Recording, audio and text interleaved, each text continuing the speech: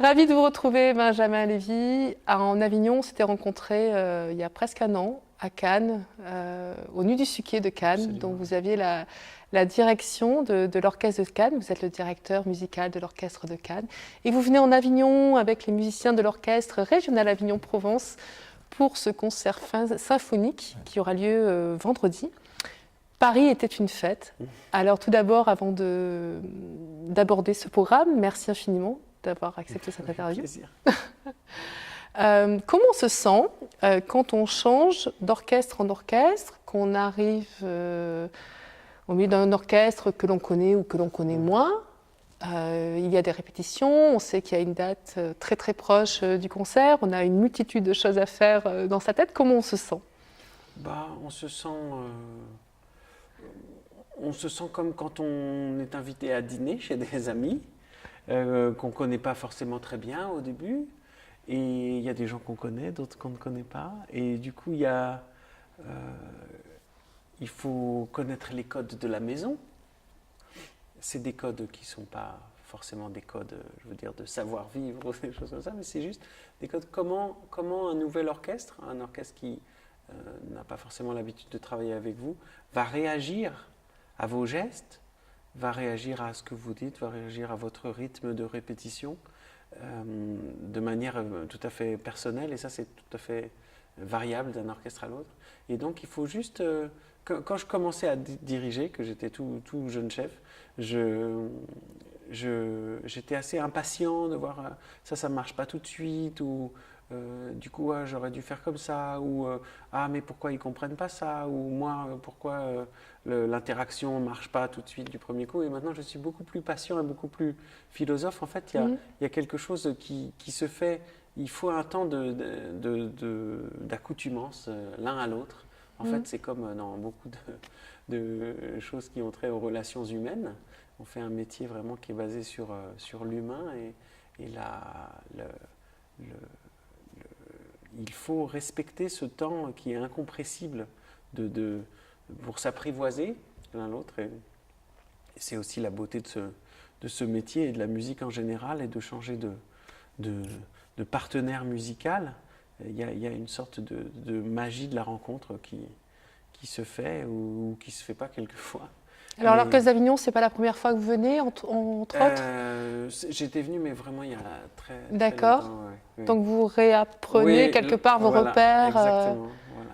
Hein. Mais ce qui est assez amusant, c'est que en fait, l'orchestre d'Avignon joue une fois par an avec les musiciens de l'orchestre de Cannes pour musique en fait à Orange. Oui. Et donc ils connaissent bien les musiciens avec lesquels j'ai l'habitude de travailler, donc c'est assez sympathique.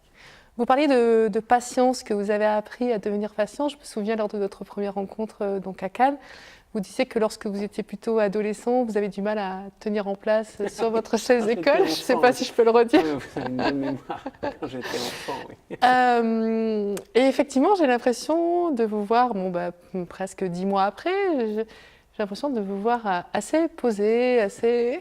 Parce que j'ai répété pendant 6 heures, c'est pour ça. Ah, ça.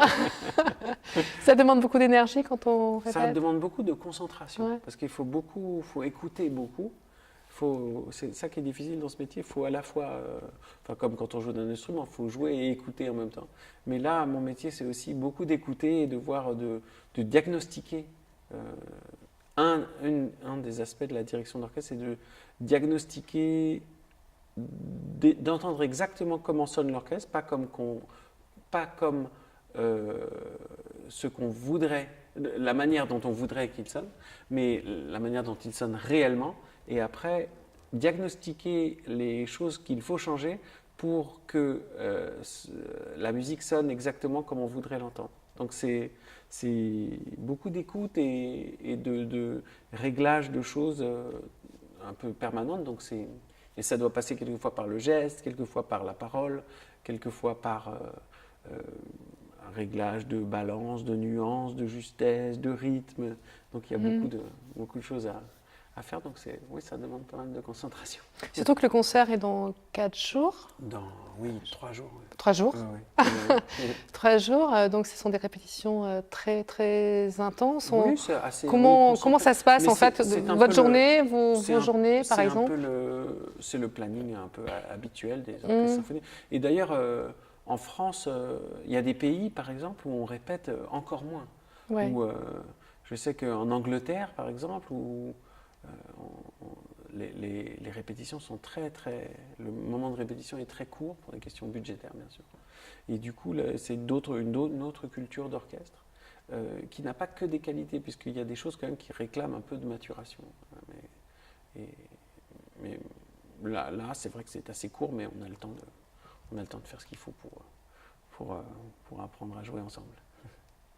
Alors la musique que vous allez diriger, je ne sais pas si on peut dire ça, la musique qu'on dirige, dit ça, interprétée donc par les musiciens.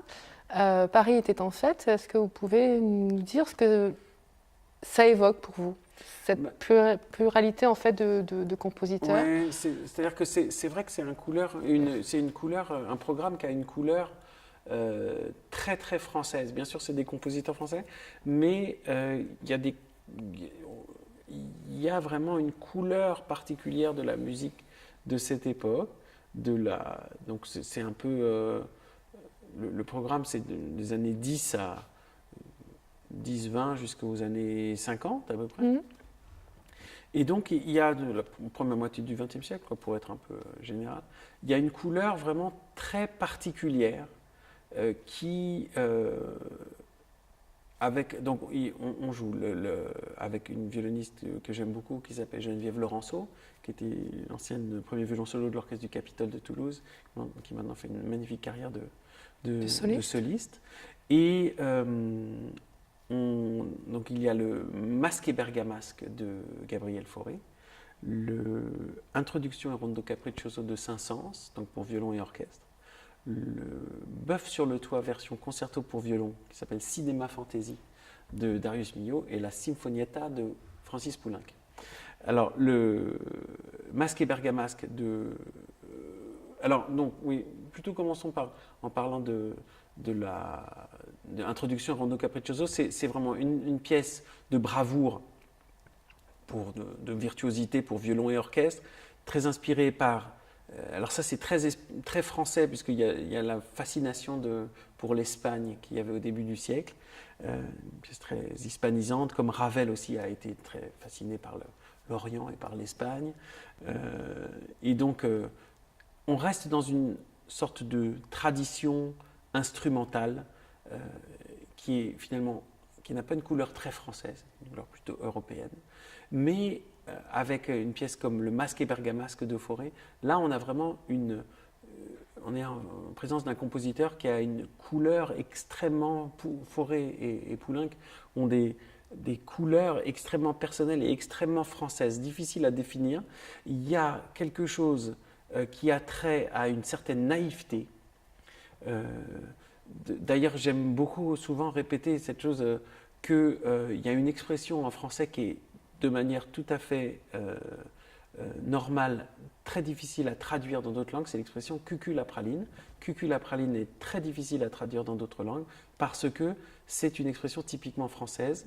Et quand on essaie de le traduire en anglais, en allemand, ou en italien ou dans d'autres langues, c'est très difficile parce que les gens ne comprennent pas vraiment ce qu'on veut dire. C'est entre la naïveté, une sorte de mauvais goût, de kitsch un peu assumé, mais sans mauvais goût. C'est très fin, et quand on essaye de traduire dans une autre langue, on se rend compte que ça n'a pas le même sens. Voilà, c'est difficilement, on a du mal à le traduire parce que justement, ça a un côté qui est difficile à traduire en mots. Et c'est vrai que cette musique, quand on entend par exemple la musique de Francis Poulenc, qui a un côté un petit peu, voilà, c'est ça, naïf, un petit peu joyeux, et une sorte de côté, oui c'est ça, un petit peu, une sorte de naïveté, un petit peu kitsch, et qu'on retrouve aussi chez Fauré, une sorte de transparence, du côté un peu sucré. Quelque chose de sucré. Oui, sucré. Comment vous interprétez le sucré dans la musique? Eh bien, c'est difficile à définir, mais si vous écoutez par exemple quel passage de Masque et Bergamasque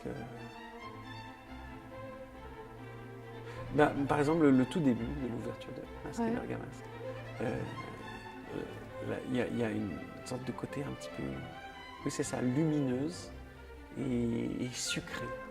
On ne peut pas le traduire. Oui, c'est quelque chose un peu chaud et à la fois comme un bonbon agréable, ou comme se couler dans un bon bain chaud. Enfin, il y a la première impression qu'on a quand on rentre dans un bain chaud, il y a cette sorte de musique du plaisir.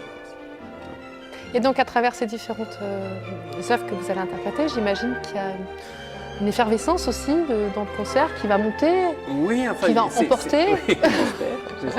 Oui, il y a une... Alors, c'est aussi des compositeurs qui avaient un grand rapport avec la musique de scène.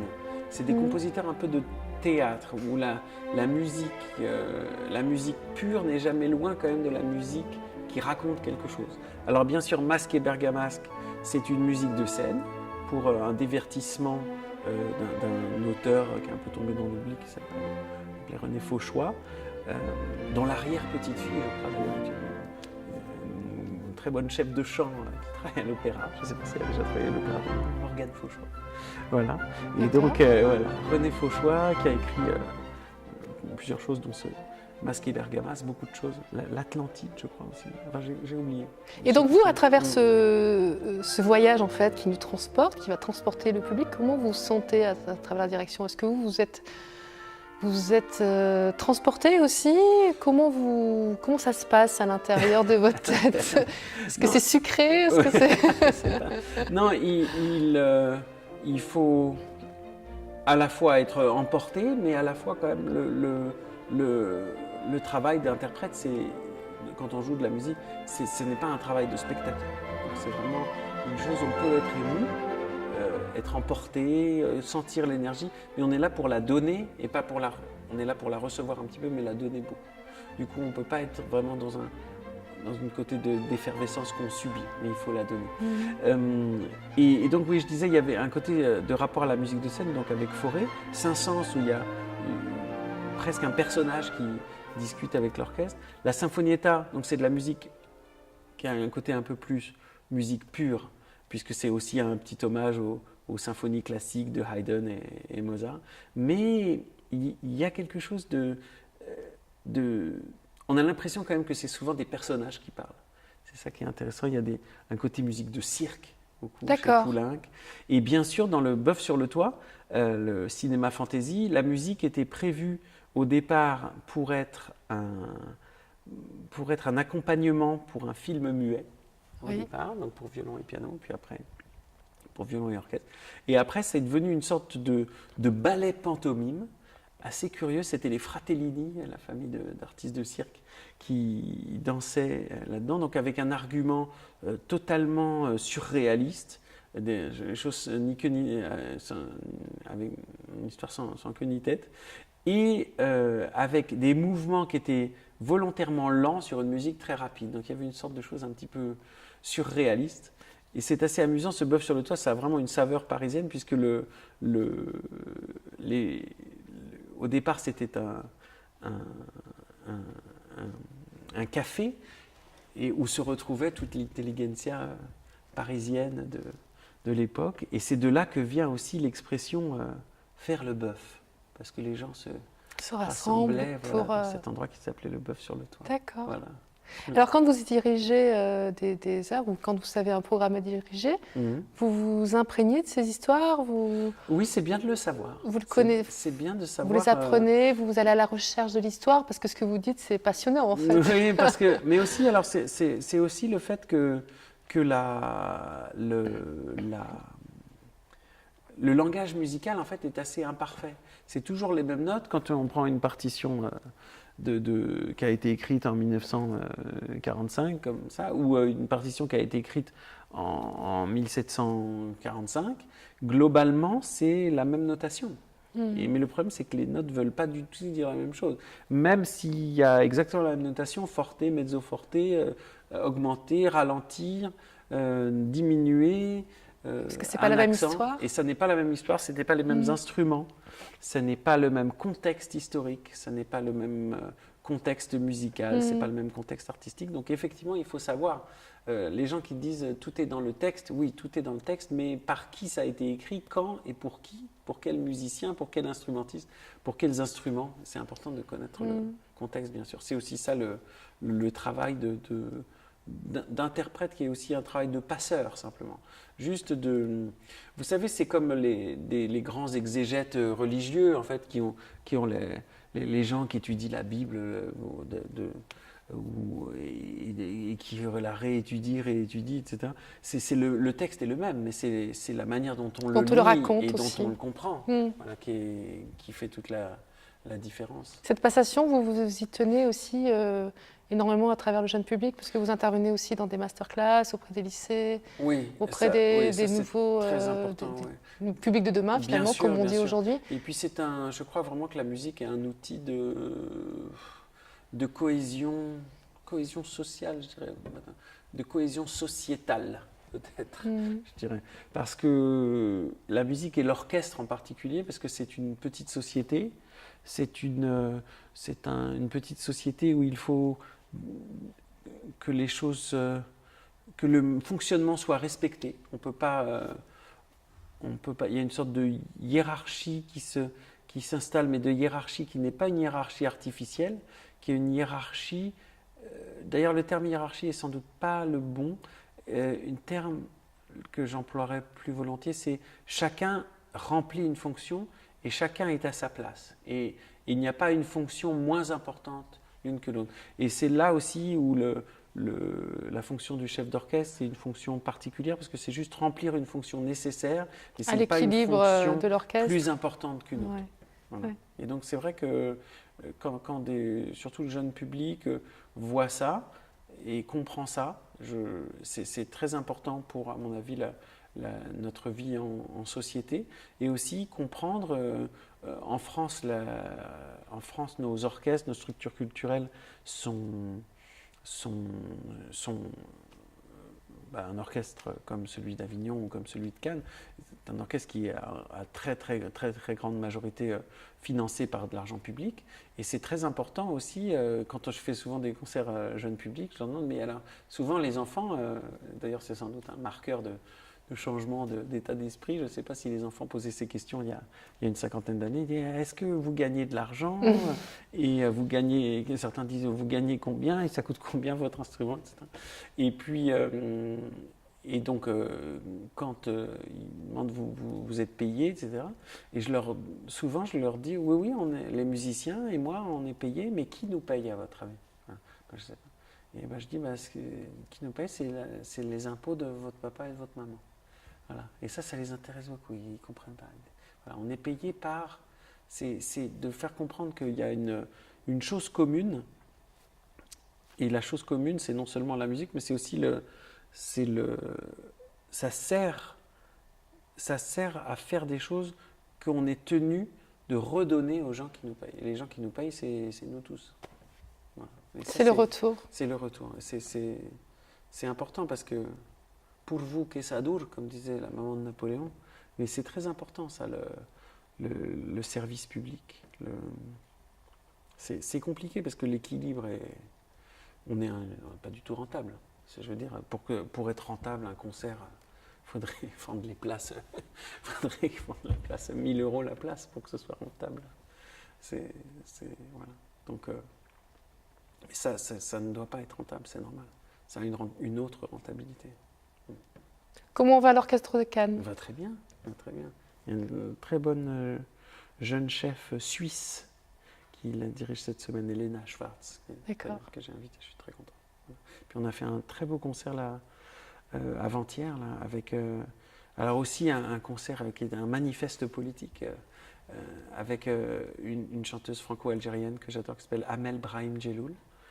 On a fait nos études en même temps au Conservatoire de Paris, et à l'époque elle ne faisait que de la musique classique, de l'opéra, et petit à petit après elle s'est retournée en parallèle d'une carrière de chanteuse lyrique tout à fait florissante, c'est retourné vers un répertoire plus traditionnel, un répertoire traditionnel de chants kabyles, de chants arabo-andalous.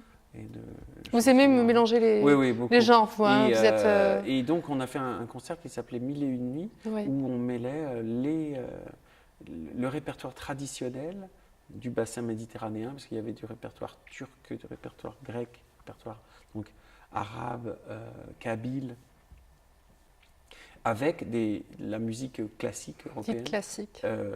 inspirée justement par la Méditerranée, donc le Sherazade de Ravel, les Adieux de l'hôtesse arabe de Bizet, la suite algérienne de Saint-Saëns, des choses comme ça. Et d'ailleurs, donc bien sûr, j'ai présenté le concert, et Amel, et qui était entouré d'ailleurs d'un ensemble d'instrumentistes traditionnels, qui s'appelle l'ensemble Amédiez, et des virtuoses formidables. Et du coup, c'était assez intéressant, puisqu'en plus, c'est vrai que il y a beaucoup de pieds noirs, des gens qui habitaient en Afrique du Nord avant la décolonisation. Et du coup, je trouve que c'est important aussi de regarder l'histoire en face et de regarder comme témoignage un peu du passé ces textes quelquefois un peu coloniaux et ces regards un peu coloniaux de compositeurs français. Par exemple, Saint-Saëns, la suite algérienne, il y a un côté un peu carte postale, un peu cliché. Et parfois, avec la musique, on arrive à dire plus de choses qu'avec des mots aussi. Oui, bien sûr. Mais quelquefois, justement, ces compositeurs comme Bizet, par exemple, qui n'avait jamais vraiment fait le voyage là-bas, voient ça au travers d'un prisme de carte postale. Et c'est assez amusant de confronter la vraie musique d'Afrique du Nord avec ce que les gens ont pu en recevoir avec leur prisme des 2000 km jusqu'à Paris. En tout cas, c'est passionnant. Vous écouterez pendant des heures. Mais je crois qu'on va arrêter là. Avec plaisir. On va se retrouver certainement pour la présentation de l'Orchestre de Cannes dans quelques mois. Je viendrai à vous. Très avec bien. plaisir. Très Merci bien. beaucoup, Benjamin. Merci à vous. Merci.